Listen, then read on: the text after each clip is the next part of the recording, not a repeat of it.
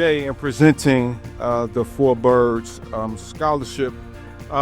Before I announce the recipient of the scholarship, I'm going to offer a 2-hour lecture on westward expansion and the United States of America.